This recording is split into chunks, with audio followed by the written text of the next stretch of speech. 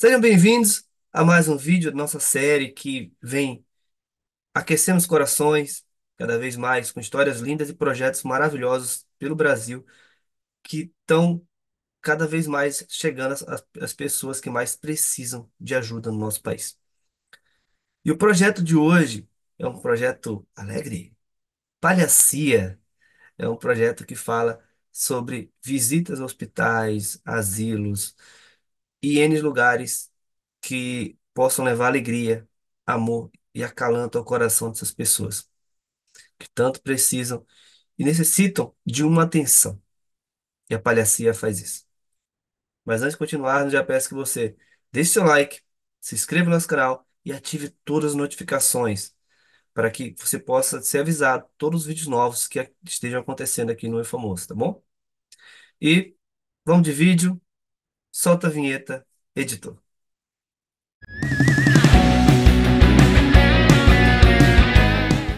Seja bem-vinda, Roberta, eu famoso. É um prazer falar desse projeto tão lindo que você dirige e toca de uma maneira tão, com tanto amor e tanto carinho ao próximo. Obrigada, obrigada. Estou muito honrada de estar aqui, enfim, conseguir estar aqui, mas fiquei muito feliz com o convite. Roberta, e como é que começou como é que surgiu o projeto? Eu sempre fiz trabalho voluntário, assim, desde os meus 13 anos de idade, eu acho, sempre ia, né? Fazia algumas coisas com amigos e tal.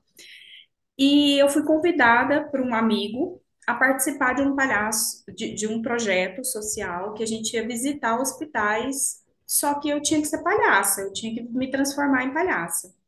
E eu achei curioso o convite dele, assim, porque eu sempre fui uma pessoa muito tímida.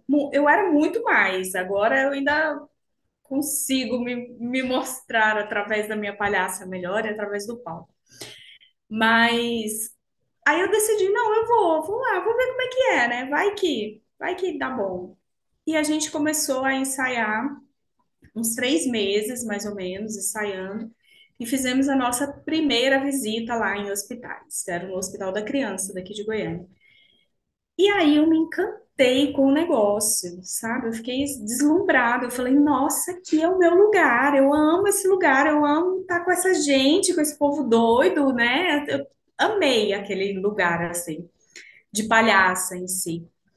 E aí aconteceram alguns contratempos lá com a ONG lá dele e tal, e eles encerraram. E eu pensei, nossa, não quero parar, não quero mais parar. Tem que continuar com isso. Aí juntou eu e 5 pessoas que saíram desse mesmo grupo e formamos um grupo. No início, como éramos só 5 pessoas, né, que aí nasceu a palhacia e tudo mais, e aí éramos 5, assim, e ensaiávamos na casa de um rapaz, o Muriel. Ele cedia lá a varanda dele, que era gigante, e a cunhada dele participava com a gente, então a gente ensaiava ali. Depois ele entrou, então passamos a ser 7. Mas era muito puxado, porque a gente tinha uma agenda de hospital de todo final de semana, todo sábado tá no hospital. E aí, praticamente não tinha como alguém faltar, né? Porque se 1 ou 2 pessoas faltassem, ficava muito pequeno o nosso grupo ali, o hospital era muito grande, então não dava certo. Aí o que que nós fizemos? Eu fiquei de reserva. Só que todos os finais de semana eu estava lá no hospital, eu estava lá no hospital. Todos os finais de semana. Foi bem puxado esse primeiro ano. E aí, nesse processo, né, a gente decidiu fazer ali um processo seletivo para ver se entrava mais gente para ajudar a gente, porque estava bem apertado, ninguém, né, não podia viajar, não podia ter nada, tinha que ir todo mundo. E aí, nesse processo seletivo, falaram assim: Ó, Roberta, você é engraçada, você tem jeito para isso, você que vai dar aula. E eu, meu Deus do céu, agora eu tenho que dar aula. Socorro, né? O que que eu vou ensinar? Não, eu sei ir lá e brincar, eu não sei ensinar isso, né? E aí tinha uma escola de artes, tem ainda, existe essa escola aqui em Goiânia. E existia, agora não existe mais, um curso chamado Palhaçaria Teatral, nessa escola de arte. E eu, muito por acaso, achei esse curso lá. Era um horário completamente louco, eu tinha que fazer uma manobra com trabalho e tudo mais para poder participar. E aí eu fazia essas aulas lá e replicava a aula no final de semana. Fazia lá, replicava a aula no final de semana. E assim nasceu a palhacia, assim, no meio da necessidade, da muvuca, acho que da nossa loucura mesmo por fazer o negócio acontecer, sabe? Eu e essas pessoas. Com o tempo, a gente se institucionalizou, virou ONG, né, e tudo mais. Muitas dessas pessoas saíram, depois voltaram, depois saíram, depois voltaram, e eu fui ficando, né? Fui me apaixonando pelo trabalho. E me apaixonei tanto que eu deixei, eu sou arquiteta de formação, então aos poucos eu fui migrando da arquitetura para a arte, fiz cursos de arte, fiz mestrado na área de palhaçaria, agora estou no doutorado na área de palhaçaria, e hoje o meu mundo é palhaço, assim, não atuo mais como arquiteta nem nada. Como é que funcionam esses estudos de palhaçaria? Porque a gente ouve muito que a questão da palhaçaria, ela iniciou-se no circo com os palhaços clássicos. Hoje a Sim. gente vê a aplicação da palhaçaria em vários lugares, seja em hospitais, seja em palestras em empresas. Como é que tá, como é que é isso e como é que foi essa evolução, pelo que você estudou? É uma curiosidade, porque eu vejo tanto falar de palhaçaria e eu fico assim, não, mas como é que houve essa transição e o que se estuda especificamente? Então, olha, a palhaçaria ela tem várias vertentes mesmo, né? E hoje, assim, ainda mais. Hoje eu vejo assim que ainda mais ela tem evoluído para outros lugares, né? Inicialmente, ela se deu no circo, sim, com o palhaço, sendo aquela figura que entrava entre um número e outro para fazer uma interação com o público, para dar tempo de se montar toda a estrutura, né, para o próximo número. Então, o palhaço entrava ali para fazer aquela interação, para dar um alívio também, porque os números de circo são muito tensos, no sentido assim, que você vai vendo a pessoa ali, né, se contorcer toda e vai ficando todo tenso. Então chega o palhaço para trazer aquele momento assim que você tem um respiro, né? Então ele vem dessa figura do circo, sim. É uma mistura também com elementos da comédia dell'arte, muito antes do circo. Então, né, vem essas figuras cômicas do teatro, da comédia dell'arte. E eu vejo que hoje o palhaço é uma mescla de tudo isso, né? Eu comecei isso tudo, essa história da palhacia, né, tem uns 10 anos. Então, tem 10 anos aí que eu estudo palhaçaria. E aí, nesses 10 anos atrás, a gente já pensava, assim, em figuras distintas, né, no Bufão, no Branco, no Augusto, que são figuras, assim, muito marcadas na palhaçaria. E hoje em dia eu vejo que isso já está se desfazendo, sabe? Vejo palhaços brancos, ora muito Augustos, né? Vou te dar um exemplo do que é isso, assim. Eu sei que tem É, o Bran- a questão da palhaçaria, eu entrevistei um rapaz que ele faz essa parte de palhaçaria com a cara limpas, igual vocês fazem, só com o nariz, sem muita maquiagem, que é a diferença dos palhaços clássicos.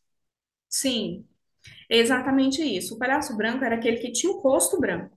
Por isso ele era o branco, né? Não só por isso, mas ele tem algumas características marcadas, assim. Ele é um palhaço mais clássico, mais elegante, né? Mais polido. Ele é aquele que traz a norma, enquanto o Augusto é aquele que vem quebrar a norma, né? Vamos dar um exemplo aí. O Didi e o Dedé, sabe? O Dedé era aquele que falava, olha, vai lá, faz assim, faz assado, que vai dar, tá bom, dando uma de espertalhão, né? E o Didi ia lá, fazia tudo ao contrário, e quem se lascava era o Dedé, né? Então, é esse contraponto ali que as pessoas traziam muito marcadamente, né? Nas cenas, nas gags de palhaçaria e tudo mais. Hoje em dia eu vejo que isso está muito mesclado, ao mesmo tempo que uma pessoa, ora é branco, ora é Augusto, sabe? Então não tem mais muito isso. E tem novas vertentes da palhaçaria, por outras questões, né? Os números clássicos, normalmente, eles trazem quedas, tapa, né, beliscão, traz um palhaço diminuindo o outro. Aí tem outras questões da palhaçaria feminina, feminista, né, que traz algumas mulheres muito exploradas em cena e tal. Então, existe um movimento para que a gente olhe a palhaçaria por um outro contexto, que a gente fala que é não rir de, mas rir com, né? Fazer rir de si e não do outro, sabe? E acaba que a gente ri de si, ri do outro, ri junto, se identifica nesse risos, né? Quando eu mostro o meu desastre, quando eu mostro que eu sou uma pessoa estabanada, quando eu mostro que eu sou uma pessoa desastrada, acaba que outras pessoas desastradas, né, pensam, nossa, eu também faço isso, e aí acaba que ri, e ali esse riso por identificação, ele é mais, eu vou dizer assim, que ele é mais honesto, sabe? Na minha visão hoje como palhaça, né? Não vou te dizer que nunca fiz cena clássica, já fiz, já passei, né? Já passei por diversos momentos assim. Mas eu acho que esse riso é mais honesto porque eu faço a pessoa identificar nela o meu desastre. E aí a gente se junta na nossa humanidade, sabe? Na nossa bagunça, na nossa bobagem, né? Na nossa palhaçada, a gente se junta nisso. Então acaba que forma uma corrente mais honesta do que aquela que eu só aponto para o outro, só aponto para o outro e nunca olho para mim mesmo. O meu próprio desastre, né? A minha própria sinuosidade, vamos dizer assim. Então é um riso que eu gosto mais, que eu me identifico mais hoje. E você, no caso, a palhacia, ela atua dentro de hospitais. A Essa palhacia atua em transição, hospitais. isso, A essa transição, palhacia é uma organização não governamental, né? Voluntária. Todas as pessoas que trabalham na palhacia, inclusive hoje eu trabalho como palhaça, mas quando eu trabalho na palhacia eu sou voluntária. Não recebo nem um real por isso, né? O trabalho da palhacia hoje é em hospitais, em abrigos de idosos, em abrigo de crianças e em alguns eventos que têm cunho social, né? Tipo, vamos fazer o Dia das Crianças, vamos entregar brinquedo na comunidade tal. A palhacia pode ir, alguns palhaços podem se disponibilizar aí, então a gente fecha uma agenda e vai. e como é que é esse trabalho com essas pessoas, assim, nessas as situações que cada lugar é uma situação diferente. Entregar presente à comunidade é um sentimento diferente do que você está no hospital, que eu teve um rapaz que ele faz isso, ele falou que eles têm que se preparar psicologicamente para entrar no hospital, que tem cenas, tem situações que se vê e tem que se lidar como normal, mas não é um normal do dia a dia. Como é que É, é isso para você quando você entra no hospital ou essa diferenciação? Como é que é feito isso, essa preparação? Charles, eu acho que eu sou um pouco fora da curva, sabe? Assim, eu não é assim, eu não tenho pena da pessoa que está lá, né? Esse não é o meu sentimento, né? E aí eu posso falar por mim, eu não posso falar por outra pessoa. Eu tenho um sentimento de admiração quando eu vejo as pessoas naquele lugar, principalmente criança. Aí as pessoas falam: Nossa, mas criança, é muito ruim ver criança daquele jeito. Não é bom, né? Às vezes você pega uma criança ali muito judiadinha, muito roxa por causa de agulha, né? Fura aqui, fura lá, a criança fica muito judiada. Mas eles têm uma capacidade de olhar pra gente assim no fundo dos olhos e rir, sabe? E achar graça de qualquer bobagenzinha que você faça ali, né? De cantar junto, de brincar, de assim, todo judiadinho. Aí você olha, você chega, começa uma interação ali, ele já senta na cama, já começa a brincar. Então eu tenho um olhar mais de admiração, sabe? De pensar assim, poxa, será que se eu tivesse nessa condição, eu reagiria desse jeito, sabe? Então eu olho com uma admiração, muito mais do que com pena. É lógico que tem algumas situações que, né, eu costumo dizer para minha mãe que assim, quando eu vejo ferida aberta, me dói em mim, sabe? Dói mesmo, assim. Então existe esse desconforto, né? De você olhar o outro ali, às vezes com uma ferida, né, aberta e tal, assim, aquilo dói em mim.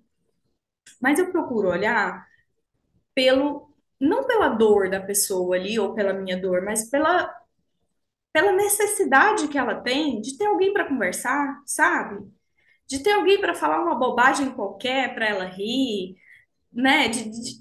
De criar um momento onde a gente não está falando da doença dela, onde a gente não está falando da pereba lá aberta, né? Da dor, do sofrimento, né? Da onde que aquilo aconteceu e tudo mais. A gente está ali para falar de uma bobagem qualquer, sabe? Do tempo, do sol, do jornal, do futebol, das Olimpíadas, do que for, mas a gente está ali para falar de uma bobagem. E rir junto, e fazer piada. Então, quando você deixa de olhar para o desastre, sabe, para a situação ruim, a gente encontra tantas outras possibilidades boas para a gente conversar, para a gente estar brincando, né, para a gente levar uma interação, tirar a pessoa daquele lugar mesmo, assim, né, mesmo que imaginariamente, mas a gente consegue isso, consegue tirar esse foco da doença, sabe? E eu acho que é nisso que eu me pego, que eu me apego, assim. Eu não, não vou para lá para olhar pro lado ruim, sabe? Eu vou lá olhar o que tem de interessante, assim. Eu tenho um professor de palhaçaria, né? Inclusive foi meu primeiro professor, Marlos Pedrosa, e ele tem uma fala muito interessante, assim. Ele fala que o palhaço olha tudo com muita curiosidade, como se ele estivesse descobrindo aquilo pela primeira vez. E eu acho que quando a gente conversa com o outro, tentando descobrir aquilo, aquela pessoa, aquele universo pela primeira vez, tudo é interessante, sabe? Tudo que a pessoa fala é interessante, de onde ela vem, o que ela faz, né? Tudo é uma possibilidade de brincadeira, de jogo, de... Então, assim, eu tento olhar por esse lugar, sabe? Por curiosidade pela pessoa que tá ali, por trás daquele corpo, né? Pela aquela alma que tá ali. Então, eu acho que é porque a gente vai mais por esse caminho. Quando eu dou aulas e eu falo para as pessoas, é claro que existem universos muito distintos, né? A gente tem mães que conheceram a gente no hospital e quiseram vir fazer o trabalho, né? Que perderam filhos e depois do luto decidiram que aquilo era interessante para elas. Então, é lógico que para elas estar ali, de repente, no mesmo hospital que o filho teve, né? Vendo uma criança do mesmo tamanho, né? No mesmo estereótipo ali, deve ser muito mais complicado, deve ter outras camadas ali, né? De formas que aquilo as atinge, né? Pessoas que perderam familiares e vão nos mesmos hospitais, né? Então tem vários universos. E aí eu posso falar por mim, que eu tento olhar por esse caminho, né? Agora, como as outras pessoas superam isso, aí não sei. Eu, não sei se foi uma reportagem que eu assisti, não lembro agora, fala que a criança, ela tá ali naquele momento, depois que passa todo o processo do tratamento, ela não se recorda dos momentos tristes que ela passou ali. Ela se recorda de momentos bons que ela passou naquele momento que era ruim, ao contrário de nós adultos. É verdade. E eu vou te dar um depoimento pessoal. Eu tive hepatite quando eu era criança. E eu fui internada porque eu fiquei muito mal. Na época que eu era criança, não tinha isso de visitas, assim. A única pessoa que me visitava lá era minha mãe, minha avó, meu pai, meus irmãos, né? Só que eu era uma criança danada. Aí eles falavam assim para mim: olha, Roberta, não pode pular, porque se você pular, o seu fígado vai explodir. E eu pensava que essa explosão era uma coisa tipo fogos de artifício, sabe? Era um negócio assim muito interessante, eu queria ver isso. E aí, quando eles saíam e eu ficava só, eu subia nessa cama e eu pulava tanto, tanto, tanto, eu pulava que eu ficava suada. E aí a enfermeira vinha Nossa, mas você tá suando. É isso que eu me lembro. Eu não me lembro de passar mal. E minha mãe disse que eu passei muito mal, sabe? Tive desmaios, assim, vomitava, né? Cheguei a vomitar sangue e tudo, mas eu não me lembro de nada disso. O que eu me lembro desse período que eu estive internada foi desse momento de felicidade, de eu pulando na cama pensando, agora é que vai explodir. É agora que vai explodir. Vou pular mais alto, nada na cabeça. Mas é isso, entende? Então, eu acho que sim. Eu acho que sim. E a gente sempre distribui um cartãozinho com as nossas redes sociais, alguns contatos, né? Sempre que a gente faz as visitas. E muitas pessoas, né, mandam depoimentos, mandam um WhatsApp falando: olha, muito obrigado por ter ido, meu filho gostou muito, né? Eu me lembro, inclusive, uma situação que a gente entrou no quarto, a criança não queria comer. Era um prato de sopa com macarrão, chuchu, uns negócio verde lá. E eu me lembro que a brincadeira foi a gente com nojo que ele estava comendo minhocas. E bichos, nossa, isso tá perdido, isso tá mofado. E ele comeu o prato de sopa de macarrão. E aí ela depois mandou um WhatsApp falando, muito obrigada, ele comeu. Depois disso, ele come sopa, ele não gostava de sopa de jeito nenhum. Agora ele come sopa sem parar e fala de vocês e não sei o quê, fala muito de vocês. Então eu acho que isso realmente marca muito, né? Até porque não tem muito o que eles fazerem ali. E aí, quando você chega, uma pessoa disponível para brincar, acho que é o que realmente vai marcar ali aquele ambiente, né? E no caso dos idosos, você falou que comentou que vocês fazem visitar abrigos e tal. Como é que é essa acolhida? Porque muitos deles são abandonados nos abrigos, não tem nenhum familiar Sim, que visite, e sim. acaba que os externos, as pessoas que vão lá visitar, que trazem um carinho. Como é que é essa acolhida que vocês fazem e a acolhida deles a vocês? A receptividade dos idosos, ela é muito gostosa. Aí tem algumas diferenciações, né? A acolhida do idoso que está ali, mas que ele não está num período assim que ele já está demente, né? Ele tem uma boa memória e tudo mais. Ele consegue conversar, porque alguns já são acamados, já não conseguem mais ter uma interação, né? Então, esse primeiro momento, assim, dessas pessoas que estão ali e tem essa disponibilidade, é muito gostoso, sabe? Aí eles querem contar histórias, e a gente faz piada das histórias dele, né? E imita eles. Então, assim, fica um ambiente muito gostoso, dança forró. Então, o que eles mais gostam é de dançar. Então, a gente dança forró. Esse é um momento muito gostoso. Todos eles são gostosos, né? Mas são diferentes níveis de interação. Existe um outro tipo, que é aquele que já tá no estágio inicial de demência, vamos dizer assim. Ele conversa, ele anda, ele fala, mas ele não reconhece muito as pessoas, às vezes confunde a gente com filhos dele, sabe? Então, tem ali essa interação. Também é muito gostosa, mas você tem que entrar mais no jogo do idoso, sabe? Se ele quer brincar de boneca, né, como alguns querem, aí você entra no jogo, vai brincar de boneca, também é uma interação gostosa. Mas você tem que entender que são jogos diferentes, né? São possibilidades diferentes de interação. E tem o idoso que é acamado, que esse, na minha visão, é a mais difícil, porque você não tem. Às vezes ele tá acamado, ele não consegue mais falar, mas talvez ele te entenda, né? Então a gente não tem essa resposta se ele tá entendendo. É a mesma coisa da UTI, sabe? Você não tem uma noção muito clara se aquela pessoa tá realmente te ouvindo, tá interagindo com você ou não. E aí, nesses casos, acho que a música é o que chega mais, né, para eles, assim. A gente pensa que é o que chega mais, talvez nem seja, né?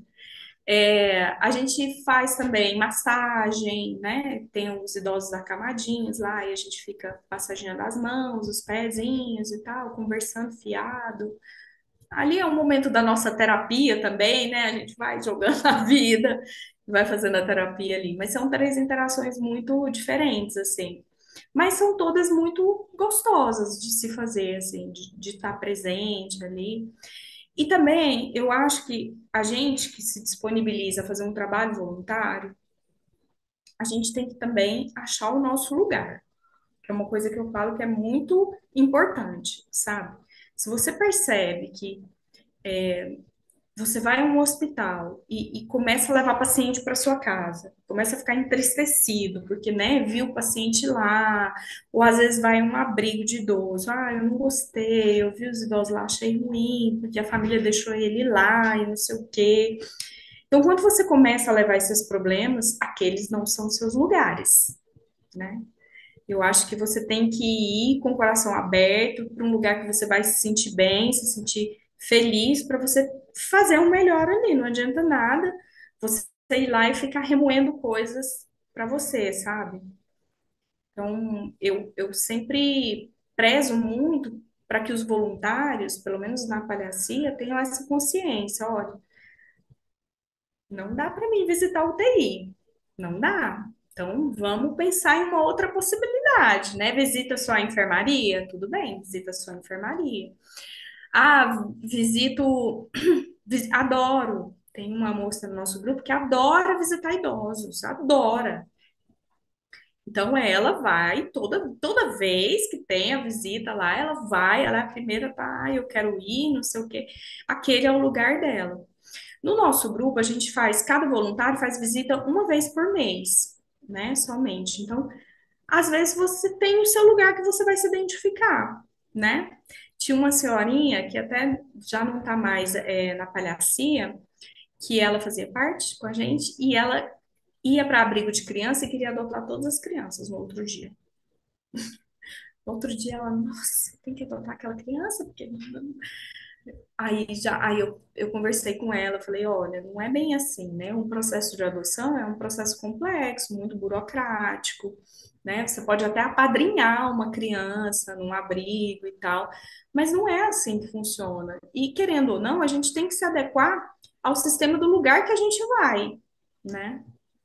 Felizmente lá a gente não faz as regras, a gente tem que ir e de certa forma a gente brinca, a gente pode fazer muita coisa, né? A gente quebra algumas regras do hospital, por exemplo, mas a gente não pode quebrar regras de biossegurança, porque a gente tem que se adequar àquele espaço, querendo ou não, né?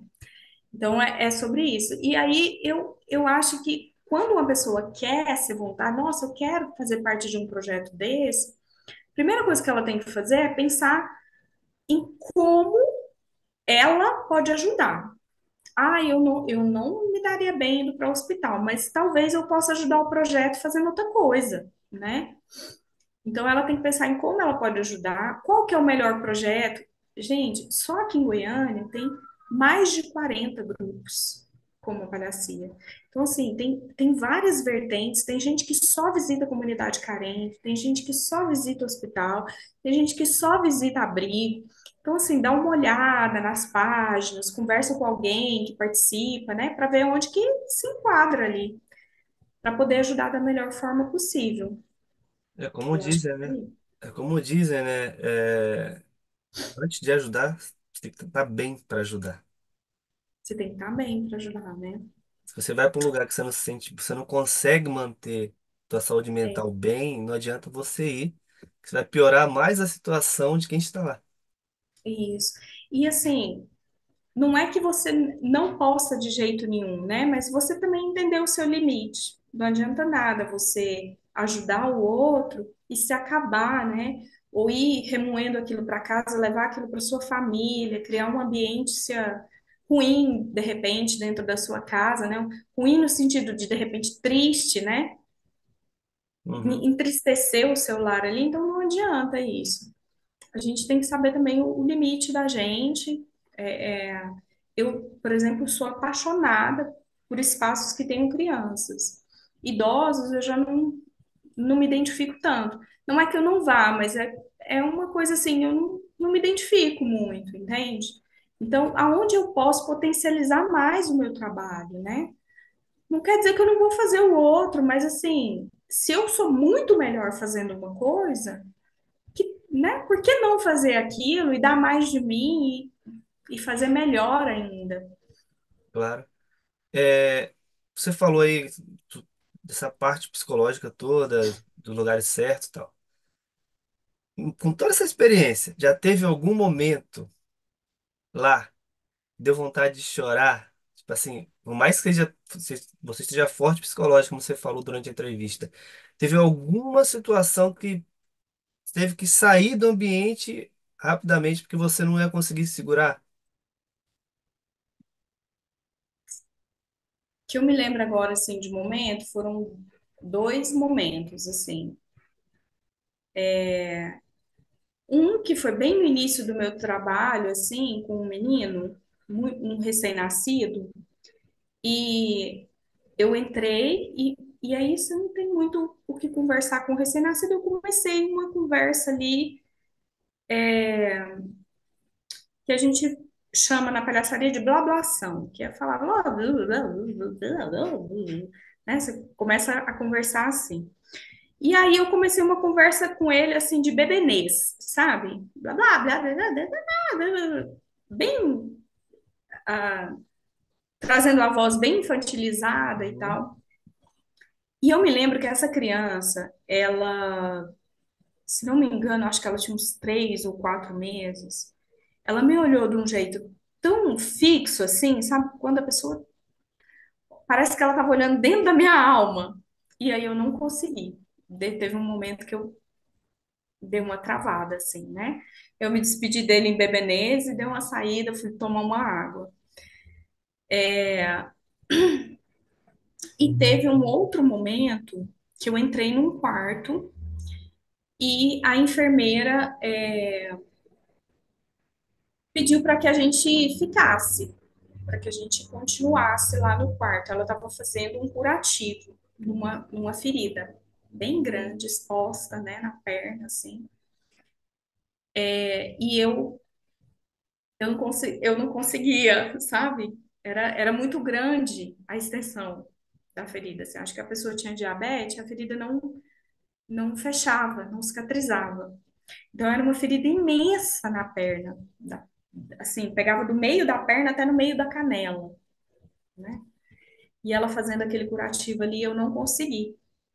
Aí eu saí, sabe? Aquilo, a gente conversando com a pessoa e a pessoa fazendo aquelas caras assim, e ela mexendo na ferida, ao mesmo tempo, eu não consegui. Aí eu falei que eu estava com disenteria, que eu precisava ir ao banheiro urgentemente, né? Inventei uma história e saí lá. Mas foram os dois momentos assim que eu me lembro que eu não conseguia ir. E teve um momento assim, eu acompanhei uma menininha na UTI até ela falecer, sabe? Foi uns 2 anos acompanhando ela e eu ia todos os finais de semana. Foi bem no início também. Na época eu ia todos os finais de semana. E aí eu acompanhei essa menininha, essa mocinha que eu falo. E quando ela faleceu, eu fiquei um tempo sem conseguir ir também, assim, porque era o mesmo hospital, a mesma UTI, ela não ia estar lá, né? Toda aquela questão, e aí eu travei um pouco nesse momento. Mas eu acho assim, é exatamente isso, sabe? Você tem que conhecer o seu limite, né? E falar assim, olha, até aqui eu vou, né? Mas não acho viável, né? E tem outras pessoas para fazer, para ir. Você não precisa enfrentar tudo na vida, né? Tem outras formas também da gente lidar com isso tudo. Roberta, como é que nós podemos ajudar o projeto, além da divulgação aqui nesse nosso bate-papo, nossa entrevista, como é que as pessoas que estão assistindo podem ajudar o projeto? Então, a gente tem 3 canais basicamente, né?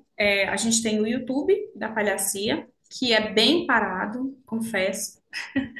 A gente tem o site que está se reformulando agora, deve ficar pronto aí até o final do mês. E o Instagram é o nosso canal assim mais forte, vamos dizer assim. É o canal que a gente responde mais rápido, né? Que a gente está mais ativo todo o tempo.